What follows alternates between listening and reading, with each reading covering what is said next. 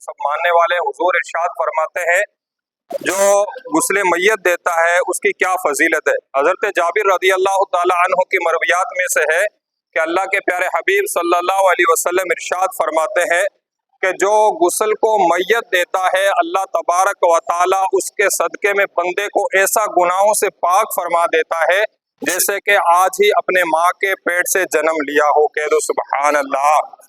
ये फजीलत है।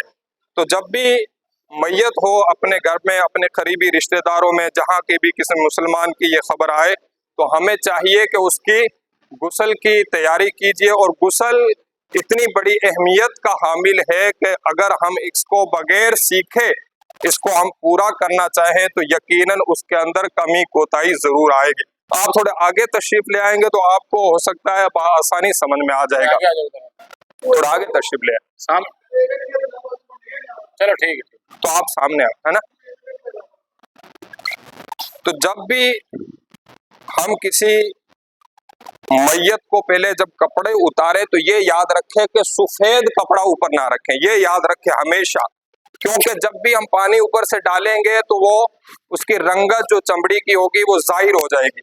और उसके बाद में क्या करें, कपड़े उतारने के बाद में उसके ऊपर रंगीन कपड़ा, चाहे लाल हो कोई भी हो, थोड़ा मोटा भी हो बाकदरे, और एक कपड़ा अगर बारीक है तो 2 कपड़े डाल लिए जाए। और ये भी याद रखें कि जहां गुस्ल दिया जा रहा हो उस मैयत को किसी पर्दे के मकाम पर रखे, कमरे के अंदर या टेंट वगैरह से पर्दा कर लीजिए। इससे ये फायदा होगा कि इंशाअल्लाह तबारक व ताला जो जिंदगी भर जो आदमी है जो आज हमारे सामने मैयत है वो अपने उयूब छुपाती रही है, ऐसा ना हो कि वो हमसे छुपाती फिरी और आज हम उसको उस ऐब को देख ले। ये कोशिश करें कि आप जब भी आपकी जरूरत हो बुलाया जाए तभी आप सामने आए और हाजिरी दे, वगरना तमाशा बीन बनकर उसके पास में ना आए, क्योंकि ये ऐब का मामला होता है, ऐब छुपाना हमारी जिम्मेदारी है। और उसके बाद ये याद रखें, कपड़े उतारने के बाद में एक मोटा सा कपड़ा ऊपर रखेंगे, घुटनों से लेकर यानी घुटनों के नीचे से और नाफ से लेकर इतना पूरा शरीर ढका हुआ ना निहायत ही जरूरी है। कोई चाहे गुस्ल देने वाला हो ना देने वाला हो उसको देखना गुनाह है। और उसके बाद में कपड़े उतारने के बाद में पहला जो फर्स्ट मरहला होगा तो गुस्ल देने वाला होगा अपने हाथों पर दस्ताना, रुमाल वगैरह जो भी ग्लव्स वगैरह हो वो पहन ले, और उसके बाद में नजासत की जगह को धोएंगे और उसको थोड़ा सा क्या कि पाँव को फैला लेंगे, थोड़ा फैला के, और फिर अंदर से या नीचे से हाथ डालकर उसको एक आदमी मददगार मुआविन होगा ऊपर से पानी डालता रहेगा। यही अगर जी। उसके बाद में दूसरा मरहला शुरू होगा, थोड़ा सा हो सकता है करवट भी आदमी दे सकता है कि नीचे का मकाम यानी पखाना वगैरह साफ हो जाए। दूसरा मरहला होता है वुजू कराना। पहला मरहला क्या है, इस्तिंजा कराना। दूसरा मरहला होता है गुस्ले मैयत के अंदर वुजू कराना मैयत को, और तमाम फराइज जो होते हैं, 4 फराइज जो अदा किए जाते हैं वो जरूरी है। ये याद रखें कि एक रुई का फुरोरी कर ले और उसको यानी मुंह के ऊपर जो सफाई है, कठिनाई है, जो भी आया हो उसको साफ कर ले, नाक में थोड़ी सी डाल के साफ कर ले, 3 से 5 7 मरतबा ये फुरोरी फेर ले। उसके बाद में पूरे चेहरों को धोएंगे और आराम आराम से नरमी के साथ में, और उसके बाद में दोनों हाथ धोएंगे कोहनियों समेत, और उसके बाद में सर का चौथाई सर का जो सुन्नत मसा है उसको करवाएंगे, और लास्ट ये पाँव गठनों तक धोएंगे, गट्टों तक। और तीसरा जो मरहला होता है, 2 मरहले हो गए, कितने मरहले हो गए? 2 मरहले याद रखें। इस्तिंजा करवाना, लाउड फेर के इस्तिंजा करवाना है आगे से और पीछे से, ताकि नापाकी वगैरह साफ हो जाए। दूसरा मरहला क्या है, मैयत को क्या करवाना है, वुजू करवाना है। बहुत आसान है, आप समझने की कोशिश करेंगे तो आप खुद गुस्ल दे लेंगे। बस गुस्ल के मैयत के अंदर थोड़ा सा ये ध्यान रखें, कुल्ली नहीं करानी है और नाक में पानी नहीं चढ़ाने, सिर्फ रुई वगैरह भिगोकर इसके अंदर फेरना है, और बाकी जो हम फराइज वुजू अदा करते हैं वो अदा करें। उसके बाद में तीसरा मरहला, जैसे ही हम मैयत को उल्टी करवट लेटा देंगे, यानी उल्टी करवट लेटाएंगे, सीधी करवट से एक आदमी मददगार होगा, एक आदमी ऊपर से पानी डालेगा और एक आदमी हाथ से मलेगा। उसके बाद में 3 आदमी मददगार होंगे, तो उल्टी करवट पर लेट जाएगी, सीधी करवट को धुलेंगे, और फिर चौथा मरहला हमारा शुरू होगा, यानी इस उल्टी करवट को सीधा कर लेंगे यानी ऊपर कर लेंगे, और इसको अच्छी तरह धोएंगे। ये 4 मरहले हो गए। फिर दोहरा दें फिर सब। कितने मरहले हो गए? 4। पहला मरहला क्या है? मैयत को इस्तिंजा करवाना, आगे से और पीछे से। इस्तिंजा करवाने के बाद दूसरा मरहला क्या है? वुजू करवाना। वुजू के अंदर मैयत के वुजू में फर्क क्या है? तो नाक में पानी नहीं डालना और कुल्ली नहीं करवानी, रुई से मुंह और नाक की सफाई करनी है। बाकी वुजू वैसे ही करवाना है जैसे बंदा जाहिरी जिंदगी में वुजू करते हैं, नमाज वगैरह के लिए करना। नमाज के लिए वुजू करते हैं। उसके बाद उल्टी करवट उसको थोड़ा ऐसे एक जना पकड़ेगा और पानी गिरा देंगे ताकि पीठ का एक हिस्सा साफ हो जाए। फिर सीधी करवट पे लिटाएंगे और उल्टी तरफ से साफ कर देंगे। कितने हो गए मरहले? 4। 4 मरहले हो गए। तो उसके बाद में थोड़ा सा इसको खड़ा करेंगे पीठ को। एक मददगार इस्लाम भाई होगा, वो खड़ा करेगा और वापस उसको मतलब इस्तिंजा करवाया जाएगा। यानी थोड़ा सा पेट पर थोड़ा सा सख्ती के साथ हाथ फेरेंगे और जो भी नजासत लगी होगी या आ रही है, जो अटकी है, वो वापस निकल जाए, वापस पानी बहा दिया जाए। ये याद रखें कि जब भी हम मैयत को खड़ा करें या करवट लिटाएं तो कपड़े को ध्यान से रखें कि कपड़ा कहीं से उठे ना। यानी लंबा कपड़ा होना चाहिए कि उसको छुपा रहना यानी देखना दिखाना ये दोनों गुनाह का काम है। मतलब क्या होता है, जैसे अपने करवट पे लिटाते हैं ना तो कपड़ा छोटा ही होता है तो पीठ दिखने लग जाती है, तो इस तरह से बेपर्दगी होती है। मैयत का खास ख्याल रखना होता है इन चीजों में। और जब ऐसे उठाएंगे एक बंदा मददगार होके दोबारा पीठ धोने के लिए पीछे से, तब भी कई बार क्या है कि शर्मगाह नजर आ जाती है। ये बहुत गुनाह का काम, खासकर गुस्ल देने वाले और जो पास में खड़े इस चीज का खास ख्याल रखें। और गुस्ल देने के लिए सिर्फ 3 बंदों की जरूरत होती है। कितने बंदों की जरूरत होती है? और यहाँ पे देखा गया है कि जब भी गुस्ल देते हैं तो पूरे के पूरे मजमा तमाशा देखने खड़ा होता है। हम इतने तमाशाई बन चुके हैं कि मैयत को गुस्ल दे रहे हैं तब भी हमें तमाशा चाहिए। अलग रोका भी जाता है, पढ़े लिखे आलिम इमाम भी समझाते भी है भाई साइड हो जाओ, 2 बंदे 3 बंदे गुस्ल दे रहे हैं, उनकी जरूरत है। गुस्ल देने के लिए 3 बंदों की जरूरत है। कितने बंदों की जरूरत है? एक तो गुस्ल देने वाला, एक ऊपर से पानी डालने वाला और तीसरा उसका मददगार। चौथे बंदे की जरूरत है। तो कोई ऐसी जगह भीड़ लगानी भी नहीं चाहिए। गुस्ल दिया जाए तो पर्दे के अंदर दिया जाए।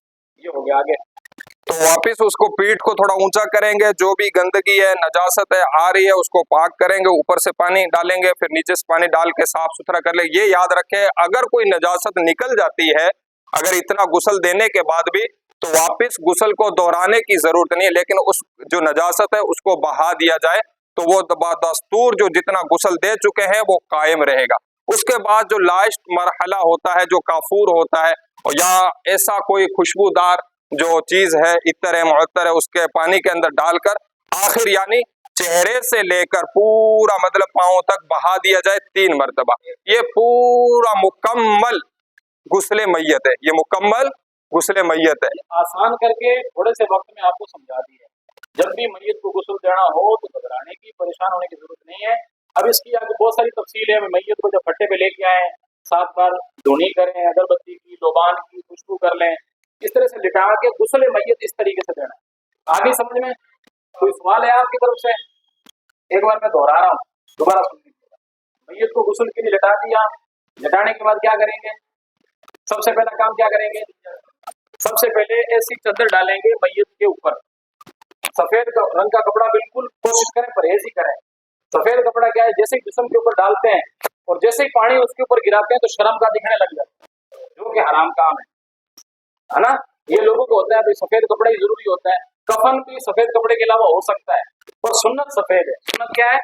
सफेद है। जब भी क्या गुस्ल दें तो ऐसी चादर ये घुटनों से लेकर नाक तक ऐसी डालते हैं कि ऊपर जब पानी डाले ना तो शरीर नहीं चमकना चाहिए, शरीर जाहिर नहीं होना चाहिए। ये ऊपर डालने के बाद आप कपड़े उतार दें। कपड़े उतारने के बाद आपने क्या करना है? इस्तिंजा करवाना है। क्या करवाना है? मैयत को क्या करवाना है? आगे से पीछे से इस्तिंजा करवाने के बाद क्या करना है? वुजू करवाना है। क्या करवाना है? मैयत को क्या करवाना है? अब मैयत को जब गुस्ल देंगे तो आपने कुल्ली नहीं करवानी, नाक में पानी नहीं डालना। जैसे अपने वुजू करते हैं तो नाक में पानी डालते हैं और कुल्ली करते हैं, मैयत को जब गुस्ल देंगे वुजू करवाएंगे तब नाक में पानी नहीं डालना और कुल्ली नहीं करनी, बल्कि रुई का कुआं बना के और आपने सफाई कर देनी। उसके बाद क्या करना है? चेहरा धोना है। वुजू में क्या करते हैं? चेहरा ही धोते हैं, चेहरा मैयत का धुलवाना है। उसके बाद दोनों हाथ धुलवाएंगे। उसके बाद सर का मसा करके दोनों पैर धो देंगे। उसके बाद उल्टी करवट पे ऐसे लिटाएंगे और पीछे से पानी बहा देंगे।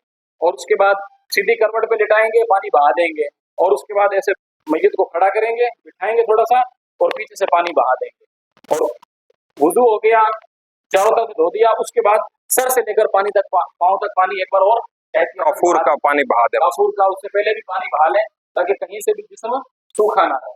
ये मैयत को गुस्ल दे दिया है, इतना आपको याद रहेगा इंशाल्लाह। कोशिश करें कि जब भी आपके परिवार में किसी मर्द का इंतकाल हो तो मर्द उसको गुस्ल खुद देने की कोशिश करे। बेटा है तो बाप को गुस्ल खुद देने की कोशिश करे।